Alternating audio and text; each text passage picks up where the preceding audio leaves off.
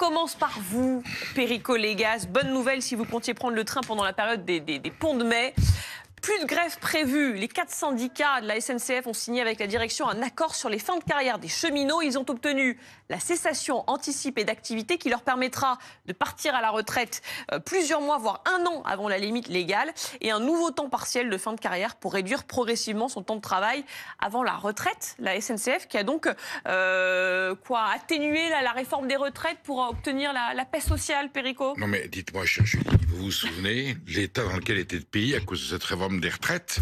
On pensait que c'était la fin du monde, on avait des clivages politiques et des anathèmes sociaux d'une violence inouïe, on était au bord de la guerre civile, de la révolution, et là on a tout simplement, comme disait, on a bien connu, on était jeunes, André Bergeron, patron de Force ouvrière, on a fait du contractuel. Ça veut dire qu'il peut y avoir une loi sur le domaine public, et lorsqu'une entreprise décide d'une façon conventionnelle avec ses syndicats d'avoir la paix, eh bien on a donné à une certaine catégorie de cheminots la possibilité de partir entre 18 et 36 mois plus tôt que ne le prévoit la loi.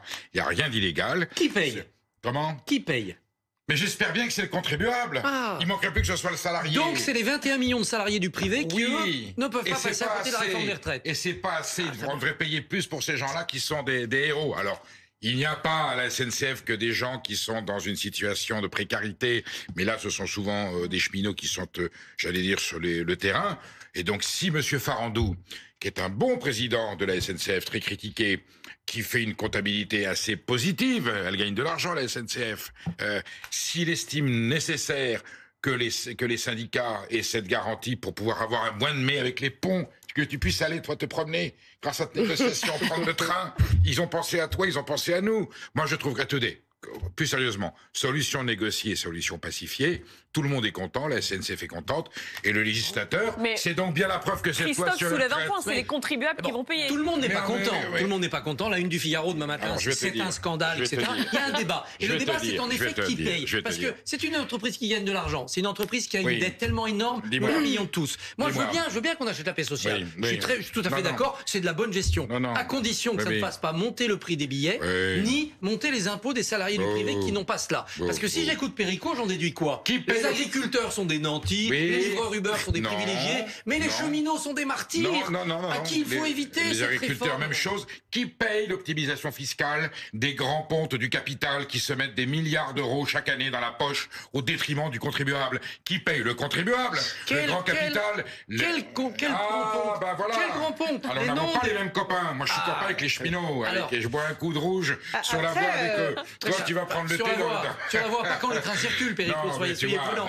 Mais soyons honnêtes. Bien sûr, il faut lutter. Bien sûr, il faut lutter contre la grande fraude fiscale. Bien entendu, je suis d'accord. Mais du grand capital. C'est pas pour cela. Je ne suis pas du tout suppôt du grand capital. Je suis le supporter des travailleurs. Oui, je suis d'accord. Des vrais travailleurs. Et je constate qu'aujourd'hui, il y a 21 millions de salariés qui ne peuvent pas faire cette négociation et qu'il y a des contrôleurs du ciel après-demain et des contrôleurs et des cheminots qui, eux, parce qu'ils ont une capacité de nuisance, ils peuvent bloquer les trains, ils peuvent bloquer les avions, ils obtiennent tout. Ils obtiennent tout. Mais Nora Amadi. Après, il y a quand même une question à se poser et qu'on n'a pas réglée sur ce débat qui n'a pas vraiment été un débat de la réforme des retraites, c'est la question de la pénibilité. Oui. Et on voit de surcroît la question de l'attractivité de ces métiers. Souvenez-vous, l'année dernière, à la rentrée, on était là, il nous manque 6000 chauffeurs de bus. Bah oui, mais en fait, la fin du statut à la RATP, qu'est-ce que ça crée? Est-ce que aujourd'hui, qui veut aller conduire des métros avec des particules fines, ne pas voir la lumière du jour, pour des salaires qui sont ceux-là, sans avoir un minimum de statut et donc un minimum de garantie de pouvoir partir un peu tôt quand on a ce type de conditions de travail? La même chose, par exemple, elle serait susceptible, les dames qui travaillent en crèche et qui s'occupent de nos gamins, de dire, en fait, à un moment, moi j'ai plus de dos, j'ai plus de genoux, cette question n'a pas été réglée. Et du coup, qu'est-ce qui se passe? Et ça va peut-être vous mettre d'accord. Ça se passe en fait de manière contractuelle sur des entreprises qui ont les moyens de négocier. Et pour les autres, c'est dommage. Donc là, qu'est-ce qui se passe? Moi, je vais peut-être vous mettre d'accord. C'est parce que les errements du traitement de cette réforme nous ont conduits dans cette impasse que du coup, on n'a pas de solution politique et on en arrive à cette solution contractuelle. Mais je suis d'accord. C'est magnifique. Merci. Sur ce point, merci. Je cherchais la formule. Je l'ai trouvée. C'est la conséquence d'une réforme mal négociée au niveau national. Bien entendu, mais c'est pas une conséquence que je juge positive, parce que c'est une forme de diversité. conversion de billets de court-circuit uniquement sur cette profession. Alors si la SNCF me prouve que on ne va pas augmenter les billets, on ne va pas demander à l'État, que c'est de la gestion interne, parce qu'il y a du bénéfice, parce qu'on peut faire des économies ailleurs, ça m'ira très bien. Ça m'ira très bien. Mais je n'en suis pas sûr. En Italie, on gère les grèves d'une manière un petit peu plus dure. On les interdit à certaines périodes de l'année. Oui, seulement à certaines périodes de l'année, parce que sinon le droit de grève est bien sûr sanctuarisé en Italie, mais effectivement, sous Noël, quand il y a les vacances scolaires, il y a un minimum de bon sens.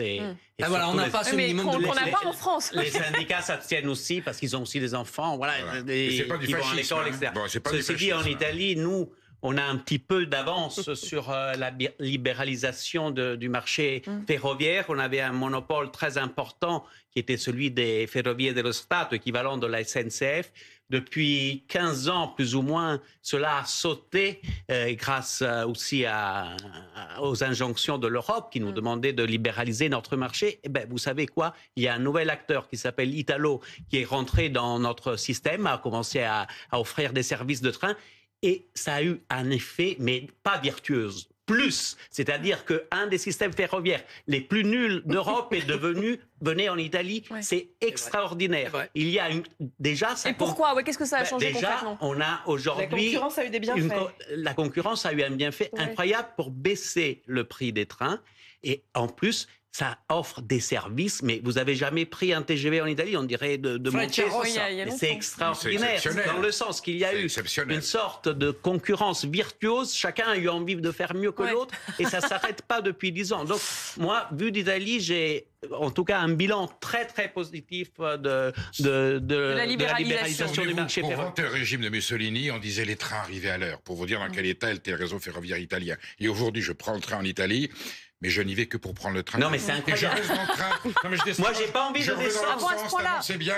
Voilà, on a envie de passer d'un opérateur à l'autre. Vous me donnez quoi? Le cinéma? Et en plus, on mange des pâtes dans le train italien, une cuisine mais exceptionnelle. C'est un coin de paradis roulant. Ok, on est d'accord pour aller en Italie. On va tous en Italie cet été. Alors, juste pour ceux qui prennent l'avion quand même. Sport Jersey. Pour ceux qui prennent l'avion, là dans les prochains jours, ce jeudi, 75% des vols annulés à Orly, 65% à Paris-Charles de Gaulle et à Marseille, 60% à Toulouse et 70% à Nice. Voilà, ce sont les vols qui seront annulés. Grève écologique. Ce jeudi va s'effondrer. Un grand mouvement de grève chez les contrôleurs aériens.